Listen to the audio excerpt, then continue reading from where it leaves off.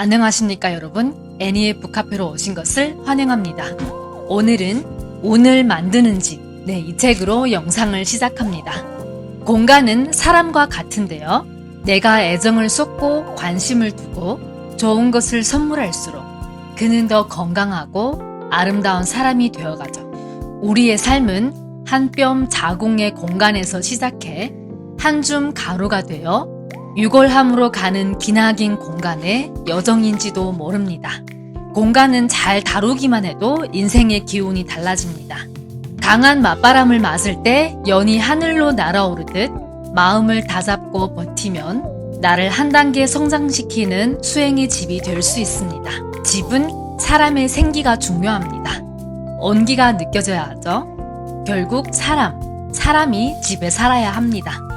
살아있는 인간이 만들어내는 삶의 에너지는 우리가 상상하는 것 이상으로 공간에 큰 영향을 미칩니다. 그곳에서 생활하고 공부하고 기도하던 수많은 사람이 남긴 흔적, 그 공간을 그렇게 만드는 거죠. 내가 어떻게 가꾸고 어떤 파장을 일으키느냐에 따라 사람을 살리는 집, 즉 생지처가 되는 겁니다.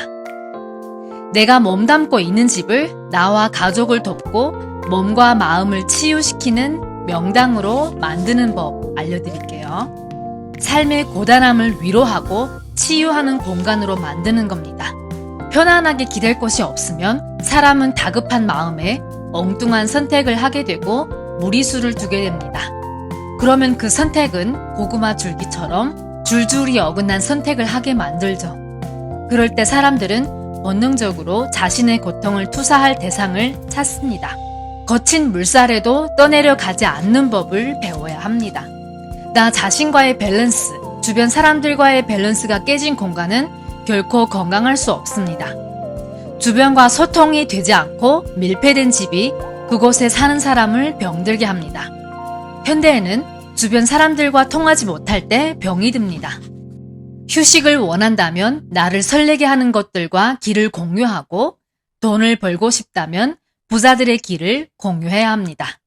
공부를 잘하고 싶다면 좋은 대학, 큰 도서관에 있는 길을 찾아 우수한 학생들이 만들어 놓은 길의 DNA에 공명해야 합니다.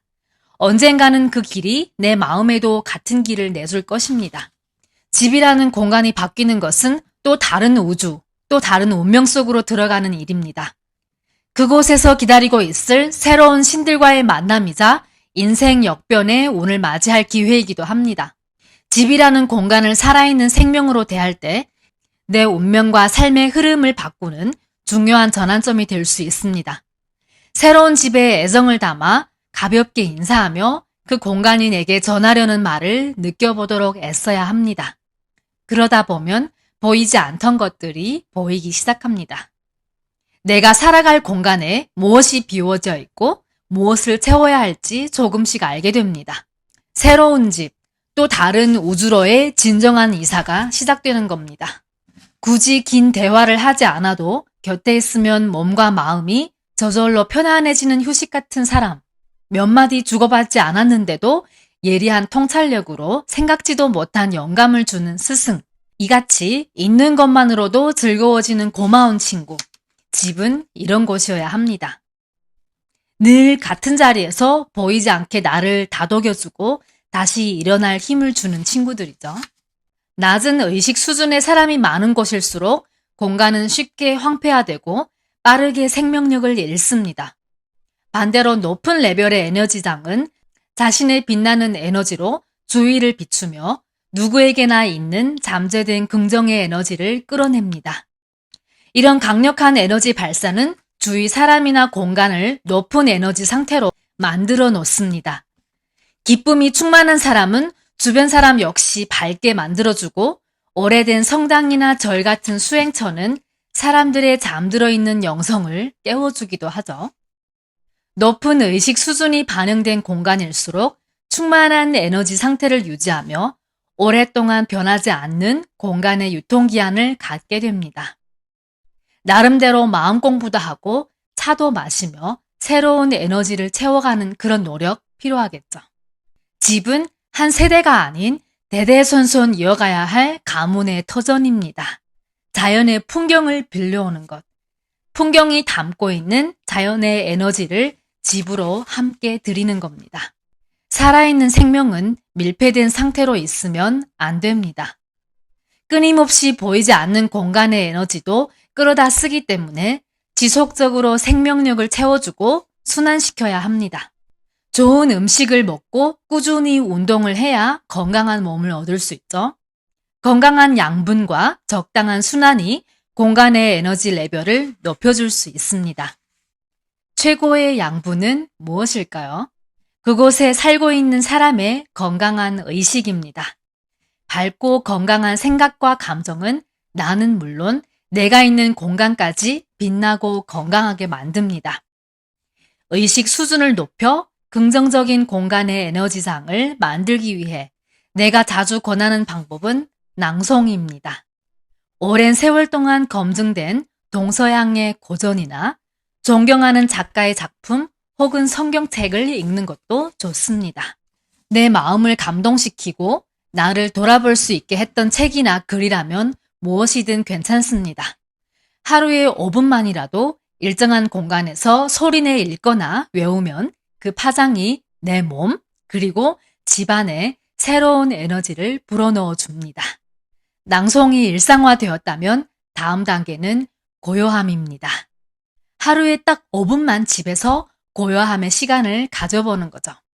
아이를 재운 밤 시간 혹은 잠자기 전 시간, 온몸의 긴장을 풀면서 조용히 눈을 감아보는 겁니다. 편안한 의자에 앉아도 침대에 누워 있어도 괜찮습니다. 중요한 것은 아무것도 하지 않는 겁니다. 어떤 일에 대해 또는 나에 대해 가혹할 정도로 해왔던 판단과 지시를 멈춰야 합니다. 마치 샤워를 한 것처럼 몸과 마음이 명쾌하고 선명해지는 느낌을 받을 수 있습니다. 이런 침묵의 에너지는 그대로 내 주위의 공간과 공명하여 힘없이 정체되고 긴장되어 있던 공간 역시 풀어주고 해독해 줍니다. 단순히 말을 하지 않는 것뿐만 아니라 복잡한 머릿속의 볼륨까지 잠시 꺼두고 마음까지 침묵할 때 역설적으로 내가 얼마나 소중한 존재인지를 느낄 수 있습니다. 고요히 자신에게 의식을 집중시킬 때 나도 공간도 충만해지기 시작합니다. 옆에 가만히 있기만 해도 자연스럽고 불편하지 않은 사람이 있죠? 말 없는 시간, 고요한 침묵이 소중하게 느껴지는 나만의 작은 공간을 만들어 보세요. 그곳이야말로 둘도 없는 치유의 공간이자 집안의 강력한 에너지 충전소가 되어줄 것입니다. 공간의 유통기한을 늘리기 위해 놓치지 말아야 할 또 하나의 키워드는 순환입니다. 집안의 자연을 끌어들일수록 유통기한이 길어지는데요. 집이라는 공간을 가장 손쉽게 단순화하려면 비우고 버리는 것이 최고입니다. 내가 만든 공간을 보면 또 머릿속 세상이 보이죠. 내가 공간을 구획하고 분할하고 배치하는 방식대로 생각하고 판단하고 실행해 나갑니다. 추억이 담긴 물건들을 버리지 못하는 것은 지금 새로운 추억을 만들지 못하고 있다는 의미입니다. 저도 과거의 물건 다 버렸잖아요. 그 뜻은 지금부터 새로운 추억을 만들어 가고 있다는 뜻입니다. 꽃향기가 나는 종이로 싼 물건에서는 꽃향기가 나고 생선 냄새가 나는 종이로 싼 물건에서는 생선 냄새가 나게 마련이죠. 공부란 나 홀로 머리를 굴리는 일이 아니라 자연의 기운과 공명하여 하늘의 뜻을 알아가는 일이라고 합니다. 때문에 아이의 공부방도 엄청 중요하다고 합니다. 부자를 따라하고 싶은 사람이 많죠? 근데 부자의 집을 따라하는 것보다 우리가 주목해야 할 것은 지금 한창 성장하고 있는 부자들, 특히 자수성가형 부자들입니다. 통제하는 공간이 커지는 만큼 돈의 그릇도 커집니다.